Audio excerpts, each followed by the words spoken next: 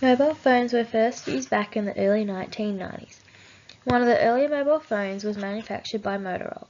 The Motorola Mobile was known as the Brick because it was a very heavy phone and was considered too big to be easily carried around. Nokia then began to produce smaller mobiles to satisfy the customer's satisfaction.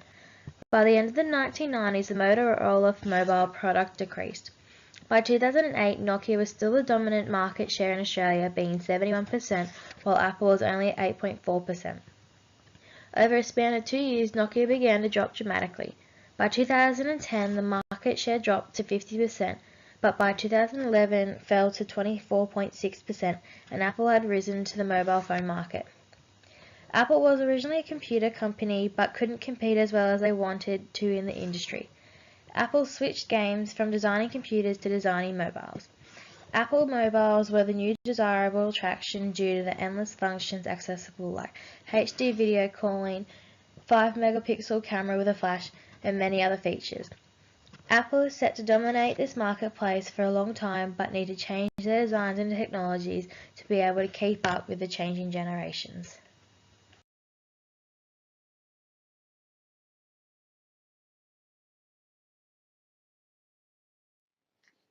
Broad issues and problems. Number 1. Information and decision making.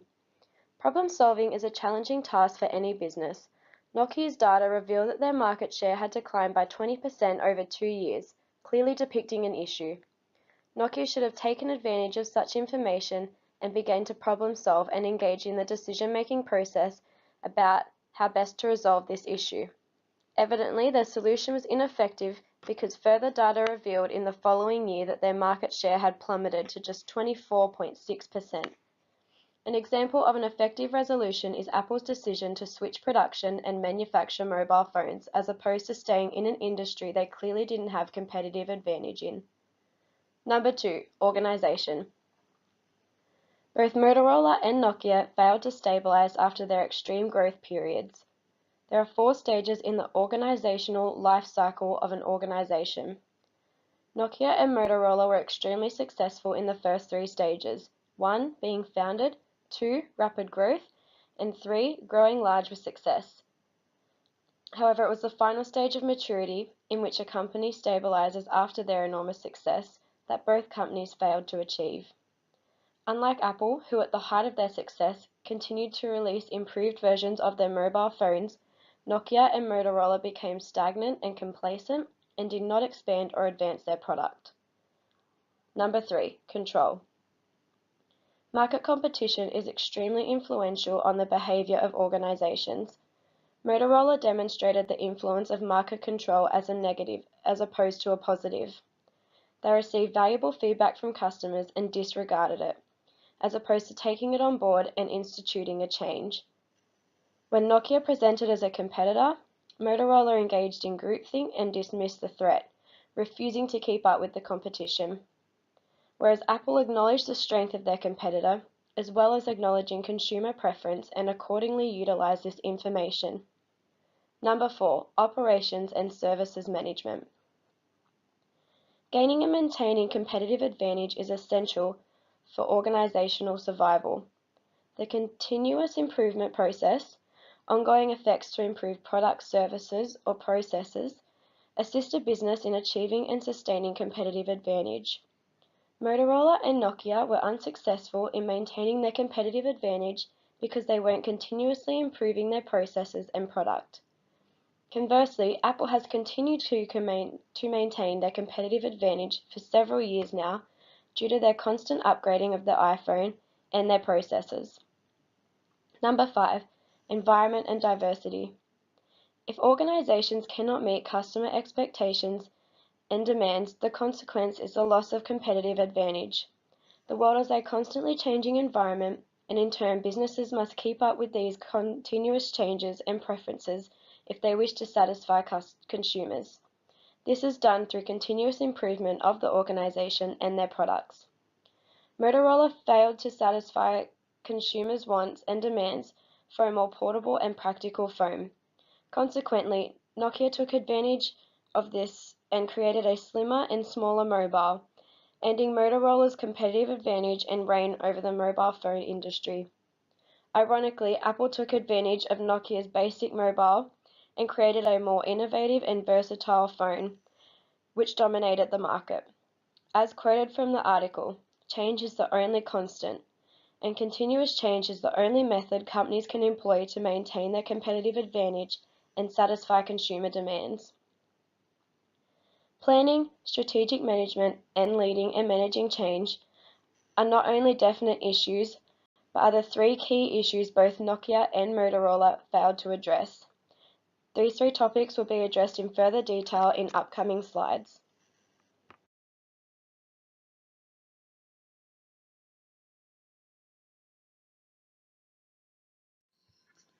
Key Issue 1: Planning. A key downfall of Motorola and Nokia was their lack of planning. It isn't enough to have a successful product, a company must have a variety of plans set out to ensure the longevity and expansion of a product. The planning process is extremely flexible and simple to compose and is the key to a lasting and successful brand. It is common knowledge that Motorola's mobile phones were perceived as big and bulky. The mobile phone was often referred to as a brick. Motorola should have utilized this valuable feedback and formulated a plan to recreate or alter the shape and weight of the mobile phone. However, instead of creating and implementing a plan or forecasting for the future, Motorola fell into the trap of groupthink, the illusion of invulnerability. Similarly, Nokia should have begun to formulate a plan as soon as they saw their share market percentage begin to fall, and a new competitor, Apple, enter the mobile phone industry.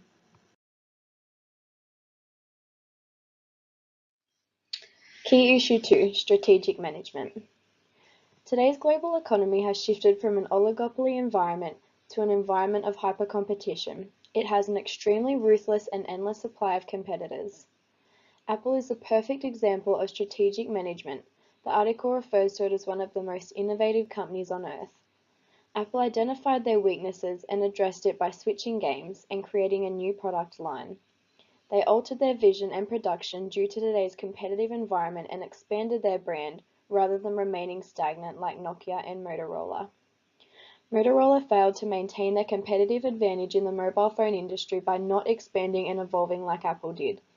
Motorola could have altered the shape and weight of their mobile phones to satisfy consumers and become a more innovative brand. However, they mistakenly underestimated Nokia, stating that a fisherman's boot manufacturing company couldn't compete with their quality. Nevertheless, Nokia designed a mobile that was slimmer and less weighted and became the #1 competitor in the mobile phone industry.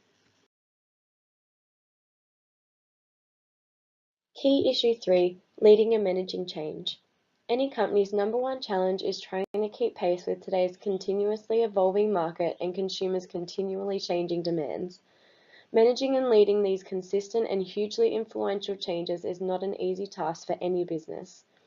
Apple is a notable example of a company leading and managing change. Changing markets was not the only alteration Apple made. They additionally added several new and never-seen-before features to their mobile phones, making them innovative and different to any other mobile phone in the industry. Reflecting upon this, Motorola's downfall was their unwillingness to improve and advance their product. Therefore, when Nokia brought out a slimmer and less weighted mobile phone, it made Motorola's phone less desirable and practical. Similarly, when Apple brought out their iPhone with a vast range of new features that Nokia mobile phones didn't possess, again, it made them appear less desirable and practical. As quoted from the article, change is the only constant. A company must change quickly with the times if it wishes to thrive in today's market and not be dominated by its competitors.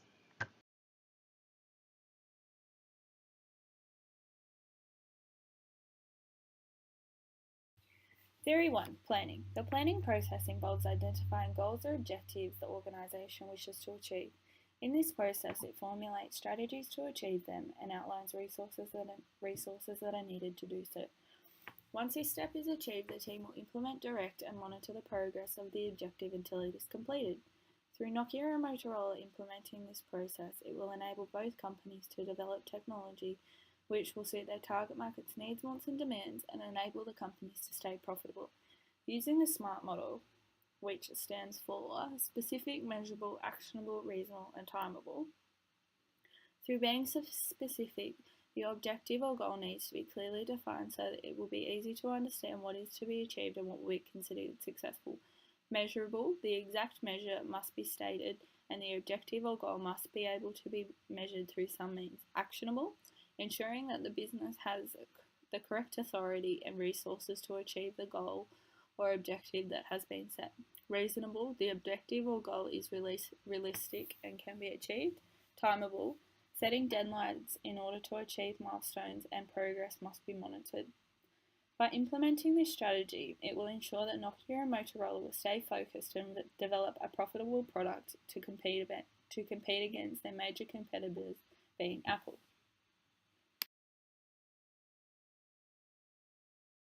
Theory 2. Leading and managing change. Change is the process through which something becomes different and or improved. By implementing change to a company, it enables strategic competitiveness. If both companies, Motorola and Nokia, were able to adapt to change and implement innovation roles within the organization, including an ideas generator. These are people who create new insight from internal discovery or external awareness, or both. Information gatekeepers, these are people who serve as links between people and groups within the organization with external resources. A product champion, this is a person who advocates and pushes for change and innovation in general, and for the adoption of specific product or process ideas in particular. A project manager, people who perform the technical functions needed to keep a new project on track with all the necessary resources and support. Innovation leaders, people who encourage, sponsor and coach others to keep innovation values and goals in place and channel engineers in the right direction. If both companies implemented this strategy, they would be able to provide a product which suits the needs of their consumers. They would also be able to compete against their major competitor, Apple. Apple currently obtains 58.1% of the market, and the other category, which Nokia and Motorola fall in, currently obtain 25.7% of the market share.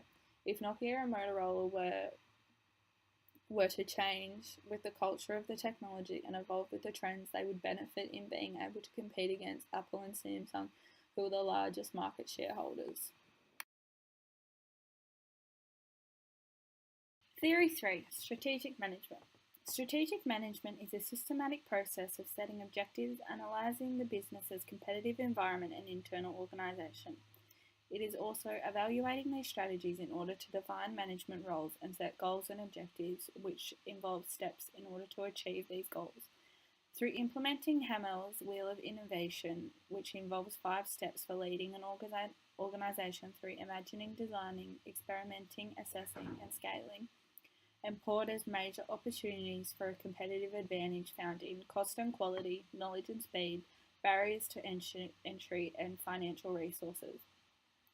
By Nokia and Motorola introducing this theory into their companies, they would be able to survive and stay competitive within the market. If both companies implement these theories, they will be able to understand their target market's needs, wants and demands, as well as the size and growth of the market, the macro environment and the micro environment in which they are operating in, and their major competitors, and how to address their competitors.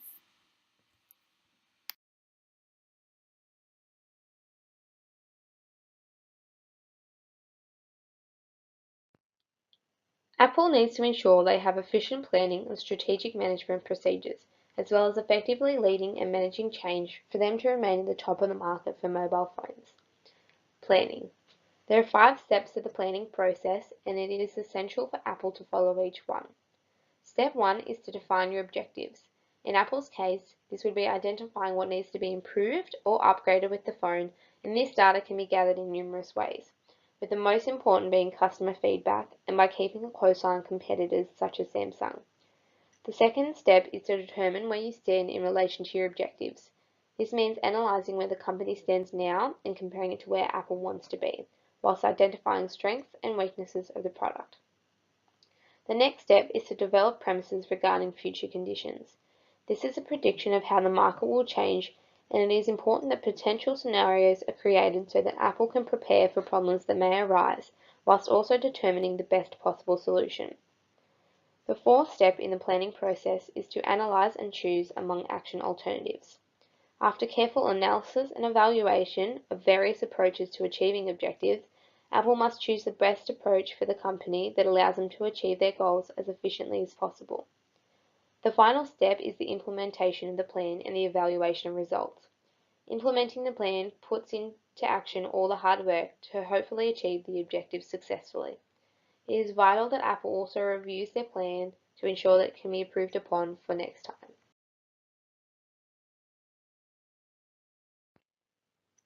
Strategic management.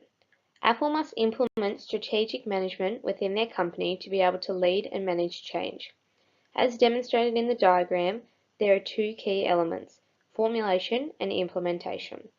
The strategy formulation is the creating of strategies. This is done by identifying and analyzing Apple's current mission, objectives, and strategies. Next, the company must analyze both internal and external environments, which includes the industry environment as well as organizational resources and their capabilities. The following step is what is known as strategy implementation, which is where the strategies are put into action and the results are evaluated.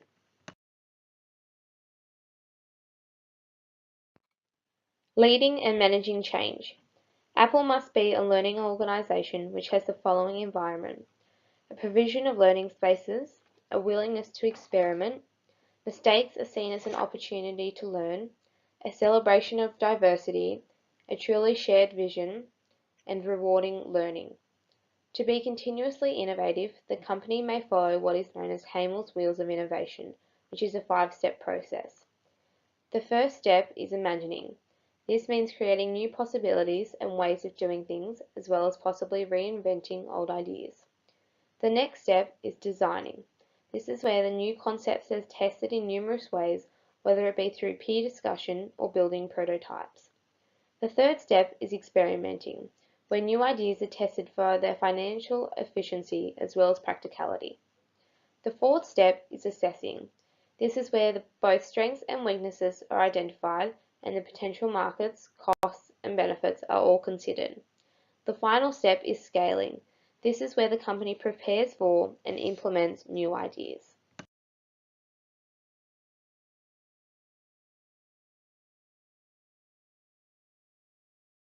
Action plan. To solve these issues associated with the innovation of the iPhone, Apple must create a smart action plan.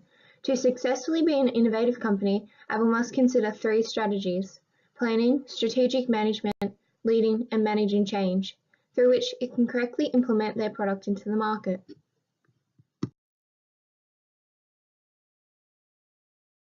Planning. To be an innovative company and develop innovative products, Apple must implement planning into their objectives, such as continuing to be an innovative company. In the short term, Apple has the responsibility to section management in various ways to evaluate processes and features of the iPhone, such as figuring out what is needed to be improved or altered. In the medium term, Apple again should section management into ensuring components which are going to put into the iPhone are up to quality standards and ensuring they work correctly. In the long term, all staff should be involved in ensuring that the iPhone has went through the short to medium term stages, ensuring the product meets expectations such as being innovative and is appealing to customers. Strategic management. In the short term, strategic management will implement an analysis of the business, such as a SWOT analysis, to see strengths and weaknesses in the product. By doing so, this can enable correct implementation of planning to focus on the strengths of the iPhone. In the medium term, management must correctly assess that current strategies are meeting term objectives and planned strategies. In the long term, management must ensure that correct strategies are in place for the product over its product life cycle, ensuring it will meet expectations.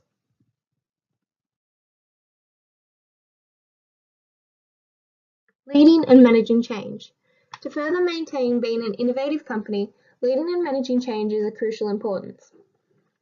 In the short term, management must assess the challenges of change, such as developments in technology, for example, changing previous components in the product. In the medium term, the changes must be dealt with and overcome by all staff, such as preparing them for an improvement, such as engaging ideas and helping produce the best possible product. In the long term, the product must be correct and meet consumer expectations, such as having the latest technology and ensuring that consumers are buying the most innovative phone with their money.